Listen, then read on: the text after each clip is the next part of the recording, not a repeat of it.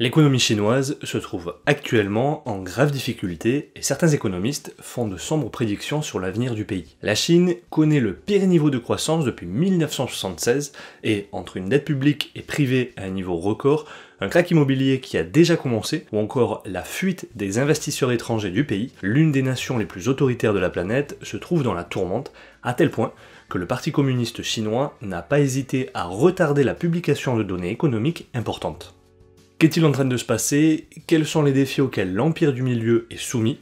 C'est précisément ce que nous allons voir aujourd'hui dans cette nouvelle vidéo. Avant de commencer, dernier rappel. Aujourd'hui, pour la Saint-Valentin, offre exceptionnelle. Un magnifique lingotin en or est offert par notre partenaire Gold Avenue pour tout achat d'une de nos formations finance, immobilier, crypto-monnaie, création d'entreprise ou encore les services de notre cabinet de gestion de patrimoine. Il s'agit donc de la dernière opportunité, et comme toujours, l'ensemble des liens se trouve en description de cette vidéo.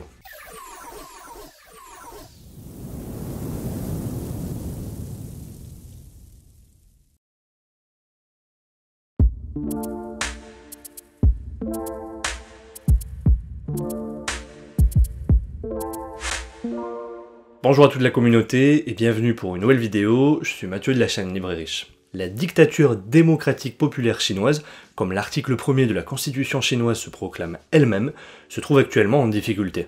En effet, la croissance économique chinoise n'a augmenté que de 3% en 2022, c'est-à-dire son rythme le plus faible sur les 45 dernières années. À titre d'exemple, si on met de côté l'année 2020, année de la pandémie, il s'agit du pire chiffre de croissance depuis 1976, soit depuis plus de 45 ans. En fait, pour être plus précis, et ainsi se faire une idée, 2022 est une année spéciale puisque pour la première fois depuis des décennies, des économies comme les États-Unis ou la zone euro ont connu une croissance économique plus élevée que la chinoise.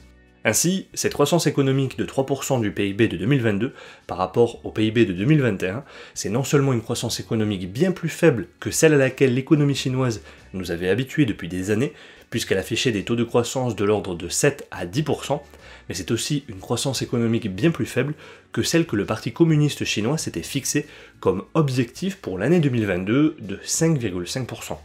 Autrement dit, le chiffre publié s'est avéré être presque 2 fois plus faible que ce qui était envisagé. Évidemment, il est totalement justifié que d'affirmer qu'un rythme de croissance de 7 à 10% année après année n'est pas viable sur le long terme, et cela est tout à fait naturel que, au fur et à mesure que le pays se développe, sa capacité à croître se tarit de telle manière qu'il est parfaitement logique que la croissance économique chinoise ne soit plus celle à laquelle nous étions habitués.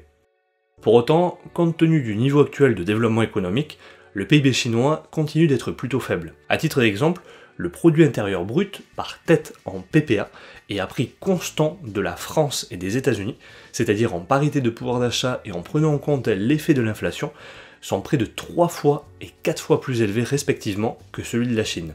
L'explication de ces mauvais chiffres est relativement simple et elle est due en grande partie à cause de la politique de zéro Covid que le Parti communiste chinois appliquait, maintenant l'économie à l'arrêt.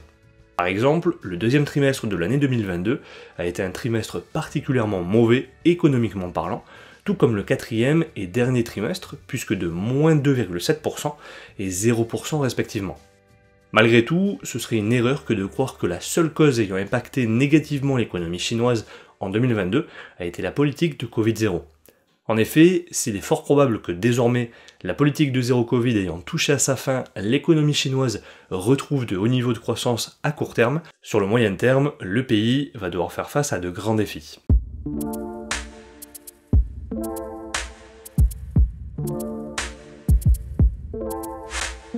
Cela fait plusieurs mois maintenant que nous en parlons sur la chaîne et une série de vidéos y a d'ailleurs été dédiée. La Chine doit faire face à une série de défis, dont notamment 3 différents, tous liés les uns des autres. Le premier problème auquel la Chine est confrontée concerne sa dette. Aujourd'hui, il serait malhonnête de prétendre que seule la Chine a des problèmes de dette.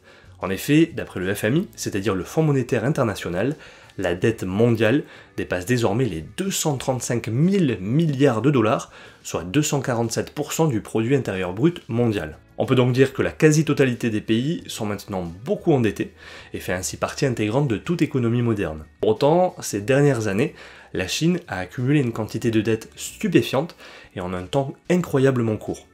Pour mettre cela en perspective et comprendre l'ampleur du phénomène, Entre 2010 et aujourd'hui, la dette privée américaine est passée de 37 000 milliards de dollars à 64 500 milliards de dollars, soit une multiplication par 1,7.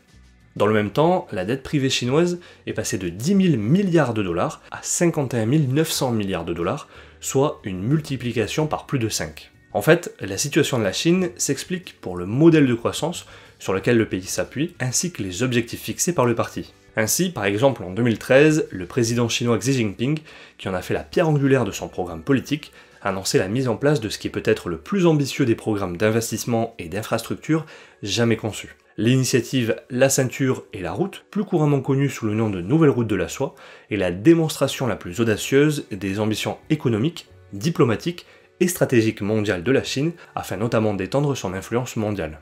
Pour autant, ce rêve de domination internationale n'a rien de nouveau et remonte en réalité à Mao Zedong, le premier dictateur chinois communiste avec pour ambition de redonner la puissance d'antan à la Chine d'ici 2049. Si au début du XXIe siècle, la croissance chinoise permettait au pays de se développer et de sortir de la pauvreté un grand nombre d'individus, à partir de la crise des subprimes, les mesures passées ne suffisaient plus. D'ailleurs, toute cette dette ne serait pas un si gros problème si l'économie chinoise continuait de croître aussi vite qu'il y a 5 ou 10 ans.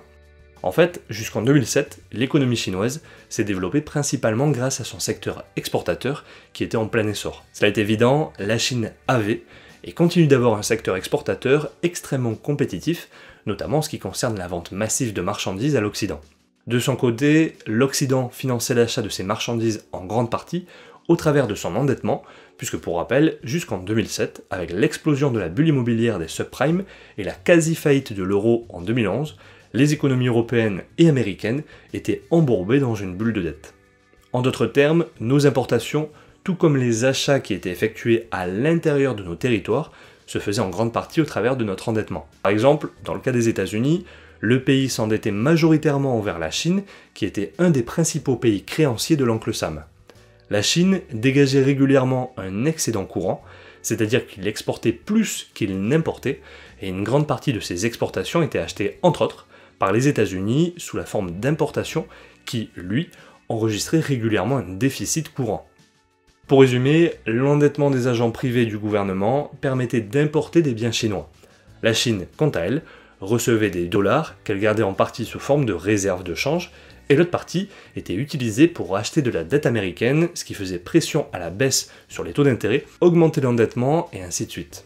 Un cercle vicieux d'endettement s'était mis en place, avec d'une part les États-Unis qui s'endettaient en partie vis-à-vis de la Chine, et d'autre part, la Chine qui lui vendait ses marchandises. Le problème, c'est qu'en 2007, la crise financière frappe de plein fouet l'Occident, et évidemment, la capacité d'endettement de ces pays a diminué.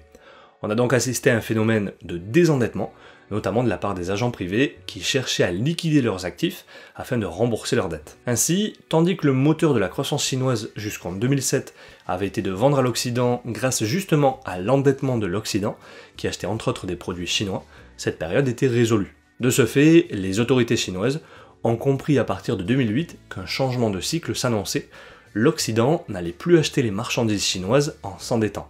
Ça ne voulait pas dire que l'Occident allait arrêter d'acheter en Chine, simplement qu'en termes nets, les paiements seraient réalisés au comptant, ce qui permettrait de réduire cet effet de levier. À partir de ce moment-là, les autorités chinoises ont décidé de changer la stratégie de croissance du pays, et au lieu de focaliser l'activité économique sur les exportations, l'objectif était désormais de donner beaucoup plus d'importance à la consommation intérieure. D'ailleurs, comme on peut le voir sur ce graphique, l'excédent courant de la Chine est passé de plus de 10% du PIB fin 2007 à moins de 1% du PIB en 2018 et 2019, c'est-à-dire juste avant la pandémie. Au cours de ces 10 dernières années, on a donc assisté à un changement de paradigme très fort en Chine, passant de regarder à l'extérieur pour commencer à regarder beaucoup plus à l'intérieur. Sauf qu'à partir de 2007, la crise des subprimes a marqué la fin de l'énorme croissance chinoise.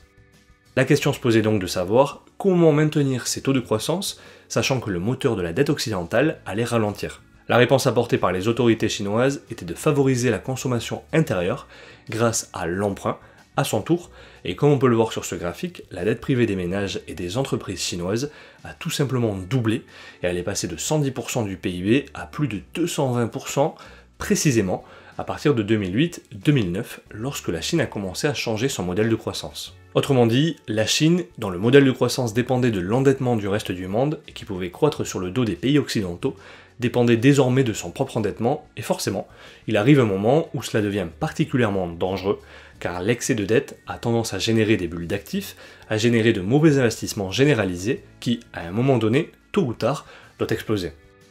Tout naturellement, si cet excès de dette finance de mauvais investissements, et que ces investissements ne sont pas rentables, il devient difficile de faire face à ces engagements, ce qui provoque l'effondrement de l'économie du pays, le plongeant dans une profonde dépression. Le deuxième problème auquel la Chine fait face est étroitement lié au premier et a trait au secteur immobilier. À titre d'exemple, la vente de maisons en Chine continue de s'effondrer et sur un an, en décembre, les familles chinoises ont acheté 30% de maisons en moins qu'au même mois de l'année précédente. Bien qu'il puisse y avoir une certaine relation et influence, cette situation n'est pas strictement liée à la politique du Covid-0, car comme on peut le voir, cette chute des transactions s'étale sur l'ensemble de l'année 2022, et les données ayant trait au secteur immobilier sont bien pires que celles concernant d'autres secteurs. Par exemple, si on analyse l'évolution des ventes au détail des entreprises, on observe qu'au deuxième trimestre 2022 et au quatrième trimestre 2022, il y a une stagnation ou des baisses par rapport à 2021, mais pas au premier ni au troisième trimestre. Ce phénomène se répète avec la production industrielle, avec un recul au deuxième trimestre et une stagnation au quatrième trimestre qui coïncident justement avec les périodes durant lesquelles l'économie chinoise s'est refermée en raison des politiques de zéro Covid, bien que, au cours des trimestres restants, une expansion est perceptible à la différence du secteur immobilier.